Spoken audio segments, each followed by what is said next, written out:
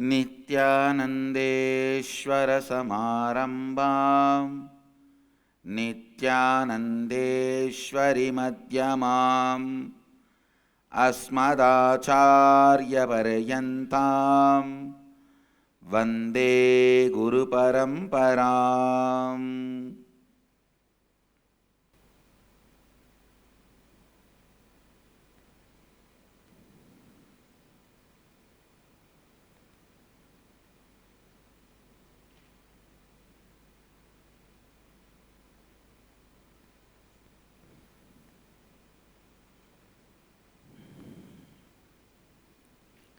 I welcome all of you with my love and respects. I welcome all the devotees, disciples, Samajis, Satsangis, Sri Mahants, Tanedar, Kotaris, owners of Sarvanyapita, and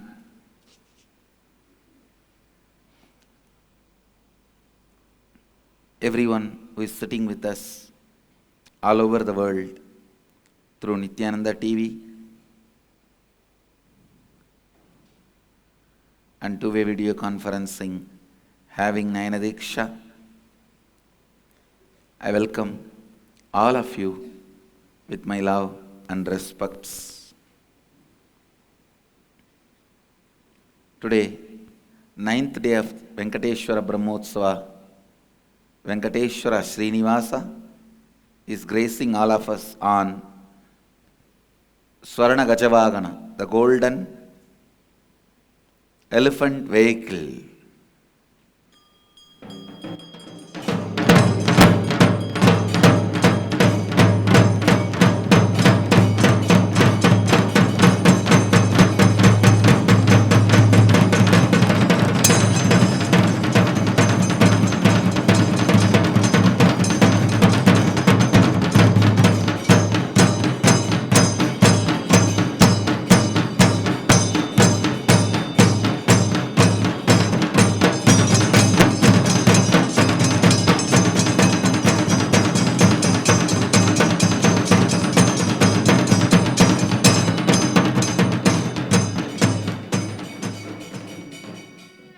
Before proceeding into the Satsang,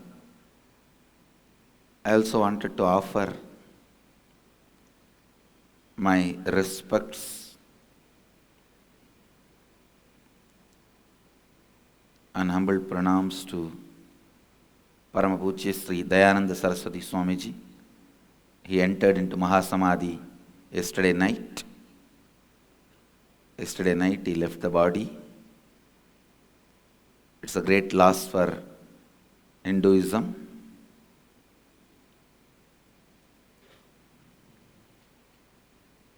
He worked tirelessly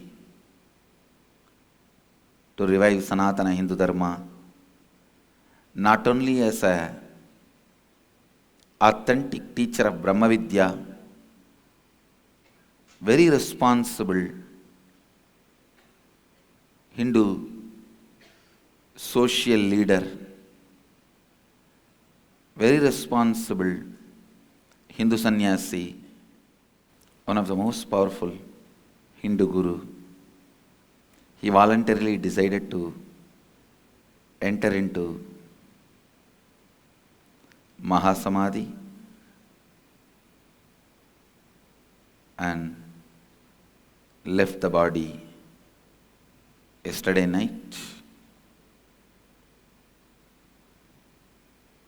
Me personally and on behalf of the whole Nithyananda Sangha, I offer my humble respects at his feet. He will continue to be available to guide everyone.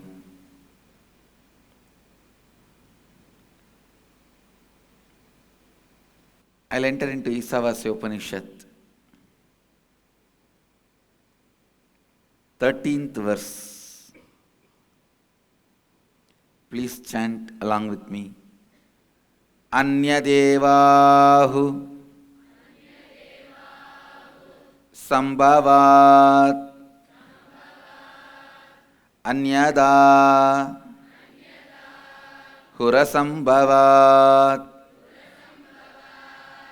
iti susruma dhiranam ye nastadvichachaksire. Please repeat along with me. Anyadevahuh sambhavat anyadevahuh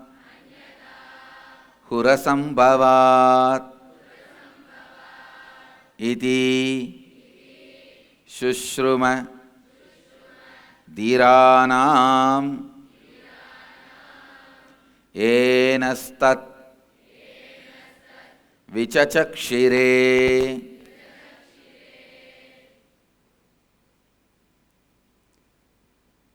Anyadevahuh sambhavat anyadevahuh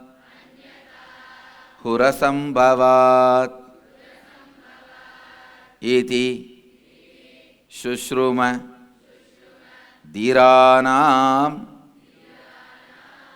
ye nastadvichachaksire. The translation goes, it is said that from the worship of the imperishable consciousness, the cause of manifestation, sambhavat, certainly a different result is attained. And it is said that from the worship of the manifested, perishable entities, asambhavat, such gods, spirits, ancestors, a very different result is attained. Thus we have heard the revelation from those wise beings who explained that absolute principle to us. I'll repeat once more. It is said that from the worship of the imperishable consciousness, the cause of manifestation, certainly a different result is attained. And it is said that from the worship of the manifested, perishable entities, such as gods, spirits, ancestors, a very different result is attained. Thus we have heard from those wise beings who explained that absolute principle to us. Listen. What should be your goal? What needs to be worshipped? What should be the ultimate cherished object of you? That question is being analyzed and answered here. Listen. What should be the cherished goal? Please understand. Whatever you cherish as goal is only worshipped by you. Worship does not mean the few minutes you bow down or a arti you show or a food you offer. Worship means what you constantly remember as highest possibility for you. What you constantly remember as completion of you. What you constantly remember as possibility of you. If you think money will bring fulfillment to you, money fulfills you, naturally money is only worshipped by you. Even if you worship any god in any form, you are only worshipping for the sake of money. So, money is only worshipped in this form. If you are worshipping Lakshmi for the sake of money, you are actually worshipping only money, not Lakshmi. Lakshmi is only, as long as she is the embodiment of money. Suddenly if Lakshmi decides, I am not going to disperse money to people who call upon me, you will stop worshipping. So understand,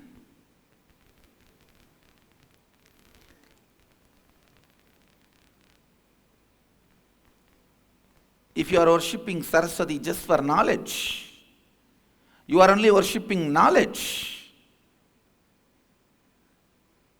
Whatever you think as the fruit of your life, whatever you think is needed for your completion, whatever you think is needed for your fulfillment, what you think as the better half of you, the other part of you, listen.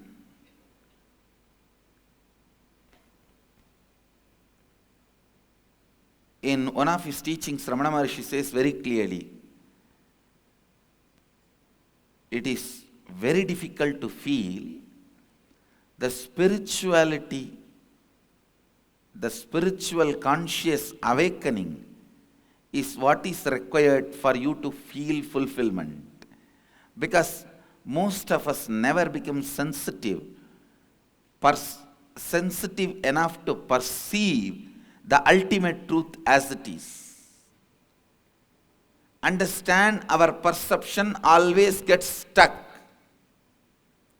You think, if I am healthy, I am complete. If I am free from the problems I am going through, I am complete. If I have wealth, I am complete. If I have financial freedom, I am complete.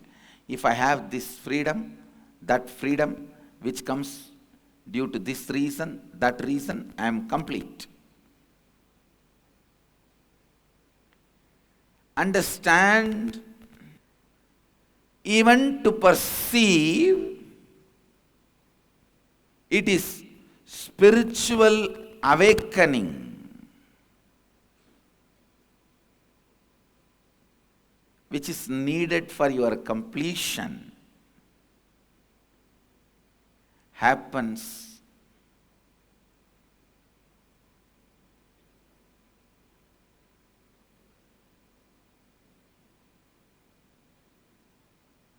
after many lifetime maturity. Please understand, it takes many lifetimes to achieve maturity. It takes at least 100 life in pursuit of wealth, finally for you to realize wealth is not the better half of you. It takes at least few hundred lives of pursuit after the power and position for you to realize the power and position is not going to lead you to completion. It takes almost few thousand janmas. The harmonally inspired relationships, making or breaking, is not going to bring completion to you, I tell you.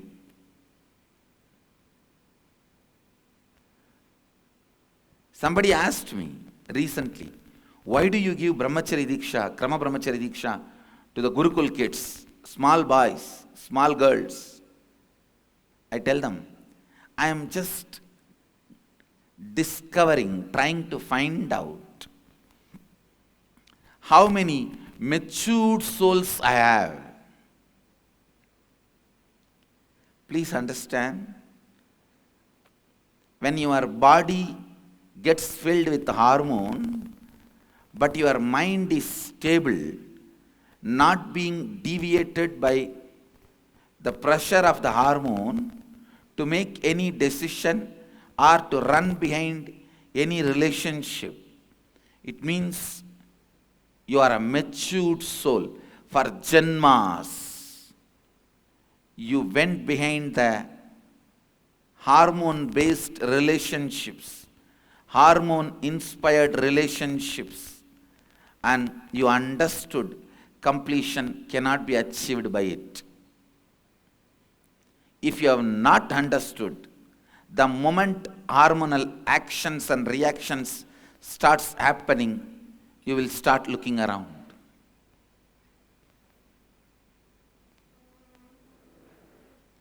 And I am not saying you are not supposed to look around or you are supposed to look around. It's up to you. When you start looking around, naturally I tell you, drop the Krama Brahmachari Diksha. It's very rare. After many janmas, the intelligence to handle the hormonal pressure ripes. Understand, but it ripes.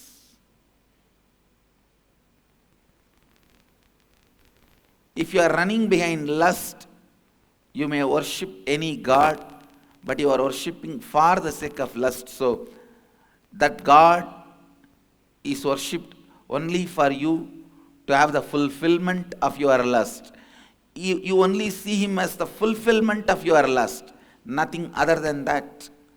So, whatever you cherish inside your deep heart, the deep corner of your heart, as fulfillment, if you are given everything available in the planet Earth, how you will spend your next 1 week? You are worshipping that, understand? If you are given everything available on the planet Earth suddenly, how you will plan to spend your next week? That is what you are craving for. That is what you are worshipping. Upanishad talks about what you are worshipping and where it leads you in this verse. Please understand, if you are worshipping wealth, wherever you are, you will only be tortured by greed. If you are worshipping lust, wherever you are, you will only be worshipping, or you will only be torturing yourself in hell.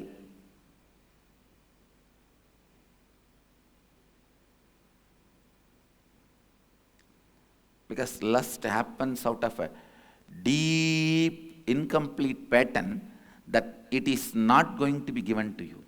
Please understand. Even before it starts, it convinces you it is not going to be given to you.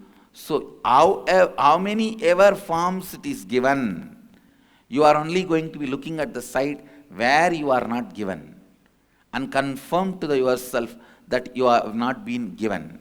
Self-destructive mechanism. Self-destructive mechanism. Understand, what is it you are looking in your life? What is it you feel as the goal of your life? What is it that you strongly believe will fulfill your life? That is what you are worshipping.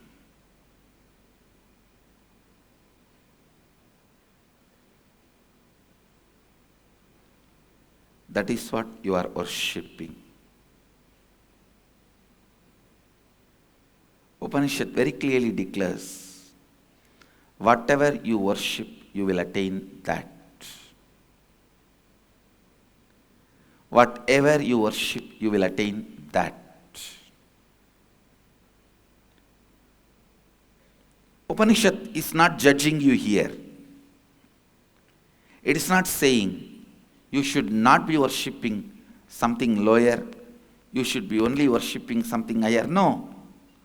Upanishad is not talking about that. It's only reminding you the highest law of existence. Please understand, always the absolute teaching is not telling you what to do or what not to do, but just reminding you what is. Reminding you what is will automatically make you what you need to do. Upanishads have nothing to do with vidhi, nisheda, do's and don'ts. It has nothing to do with vidhi, nisheda, do's, don'ts. It just reminds you the ultimate truth. It just reminds you the ultimate possibility. It just reminds you what is the truth. It just reminds you whatever is ultimate. It just reminds you the reality. Look in. Find out what you are worshipping. Is it power? Is it money? Is it name and fame? Or is it the enlightenment, the conscious awakening? Look in and find out what are you worshipping. Look in and realize what are you worshipping. Please understand.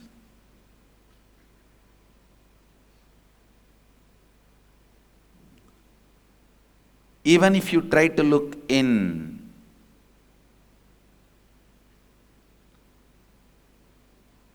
find out what are you worshipping. Even if you look in, see what are you worshipping. Even if you look in, try to feel what are you worshipping.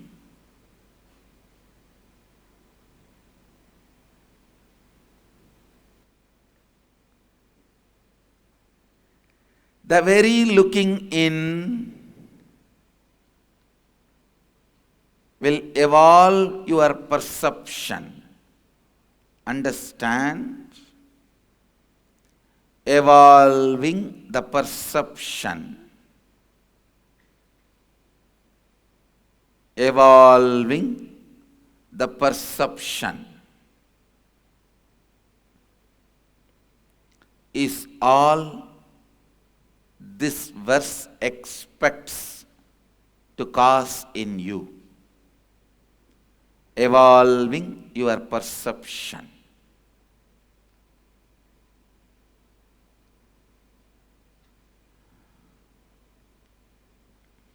Evolving what you perceive about life. Evolving what you perceive as life. Evolving what you feel as life. Evolving what you experience as your fulfillment. Please understand. I wanted to remind once more, nowhere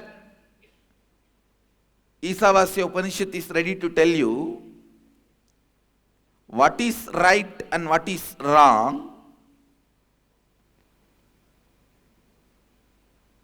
but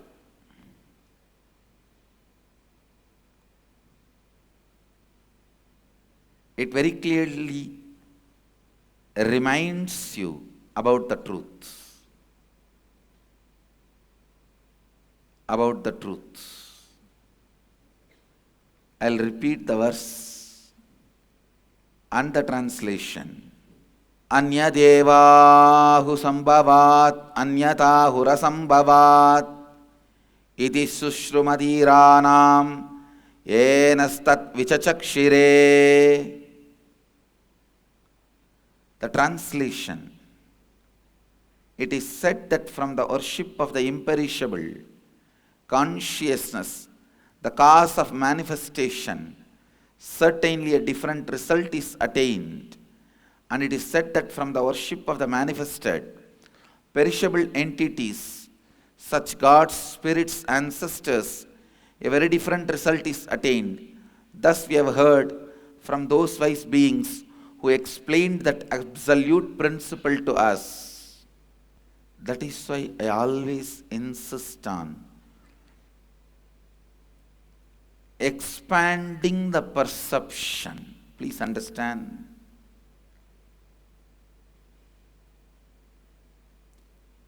Even if you build the body with yoga, what's the use? You may live 200 years. There are monkeys living 500 years. There are tortoises living 600 years. There are trees living 1000 years. What's the use of it? The number of years you live, breathe, is not the goal of yoga or Hindu tradition.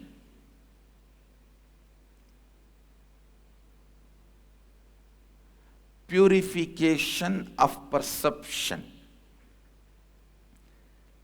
expansion of perception is essence of Hindu tradition. Expansion of perception is the essence of Sanatana Hindu Dharma. Upanishads are not saying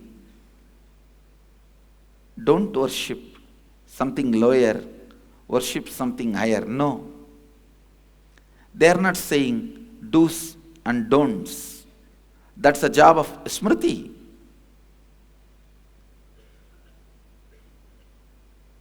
Upanishads are not giving any vidhi and nisheda, do's and don'ts.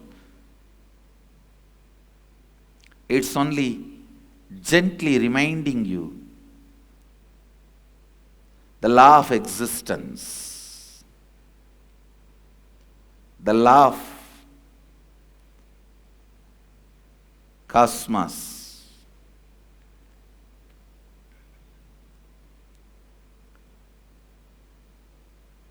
It is said that from the worship of the imperishable consciousness, the cause of manifestation, certainly a different result is attained.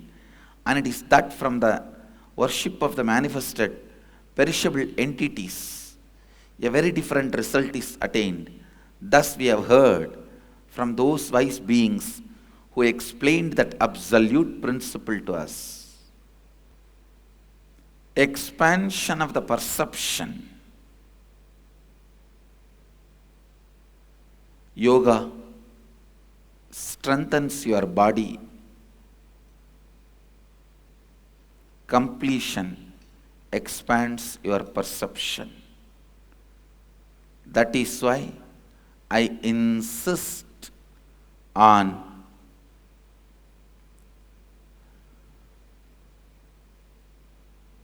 bringing completion to your perception. Bring completion to your perception. Bring completion to your perception.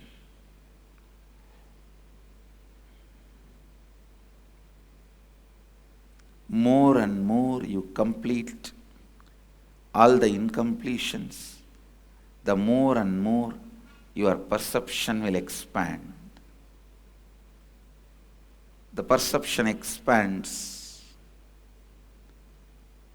with your incompletions melting down. With that, the Kundalini awakening and the enlightenment, or whatever, the powers expressed because of enlightenment. Please understand, all the powers are flavors of enlightenment. All the powers are flavors of enlightenment. Awaken the conscious fulfillment. Awaken the need for conscious fulfillment in you. Awaken your larger perception about life. You will see Kundalini awakening happens. You will see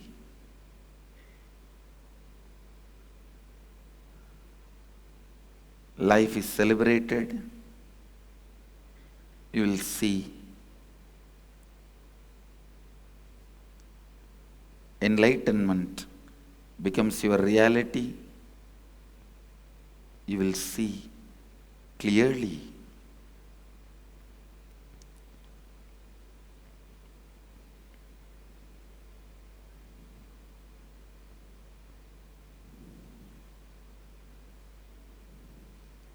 What Upanishad is trying to declare through this verse, anyadevahuh sambhavat, anyadevahuh idi susruma dhiranam nastadvichachaksire, will become reality in you.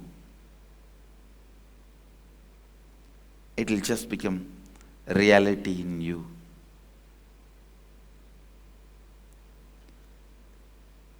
Every process I do, whether it is Shivoham process or completion process or inner awakening, every process I do is just to make this experience as reality in you. To make this as reality for you, everything is done. Everything is done just to make this as reality in you. Anyadevahuh sambhavat, anyadevahuh idi susruma dhiranam nastadvichachaksire. It is said that from the worship of the imperishable consciousness, the cause of manifestation,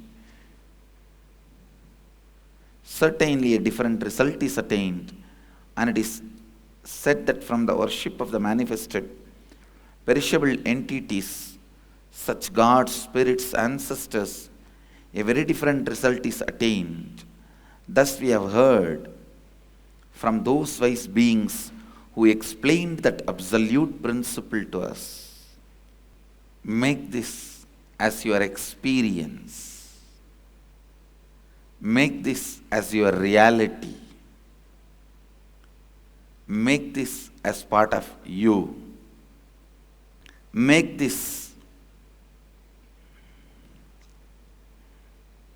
as you.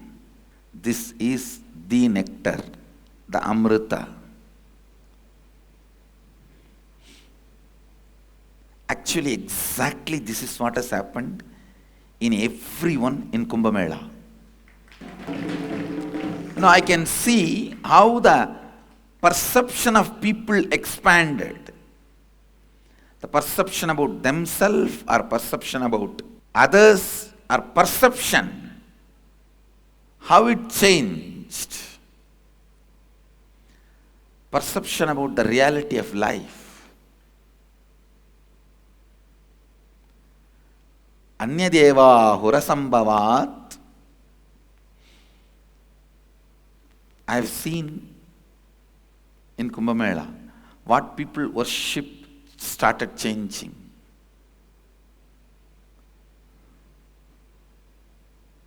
Their greed started losing power over them. Seeking started taking over them.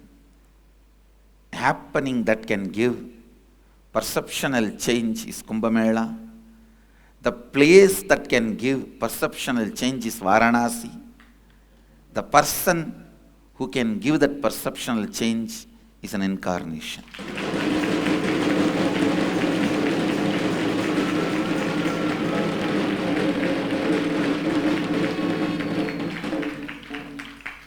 If you missed Kumbh Mela, don't worry.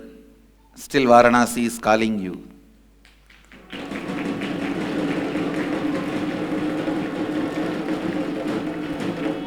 Still an incarnation is calling you.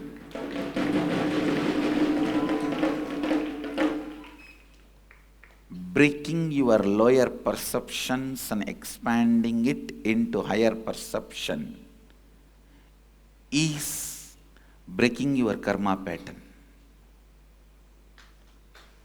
Breaking your lower perceptions and making it into a higher perception is breaking your karma pattern.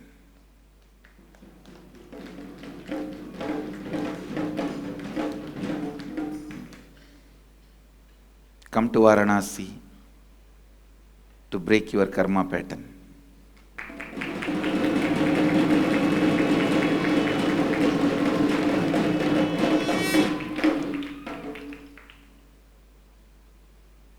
Inner awakening expands your perception.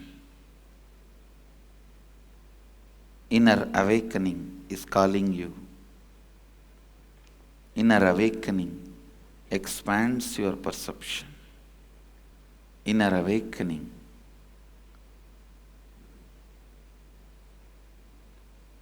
destroys all your smaller perceptions, makes you manifest the higher perceptions. Naturally, you start cherishing, worshipping the imperishable consciousness, not the perishable entities. Imperishable consciousness, not the perishable entities. So with this, I bless you all. Let you all radiate with integrity, authenticity, responsibility, enriching, causing, living Advaita, the eternal bliss, Nithyananda. Thank you. Be blissful. Nithyananda Dhyanapitham, Nithyananda Nagar, off Mysore Road, Bidadi, Bengaluru. Phone 08027279999. www.nithyananda.org. www.youtube.com/Life Bliss Foundation.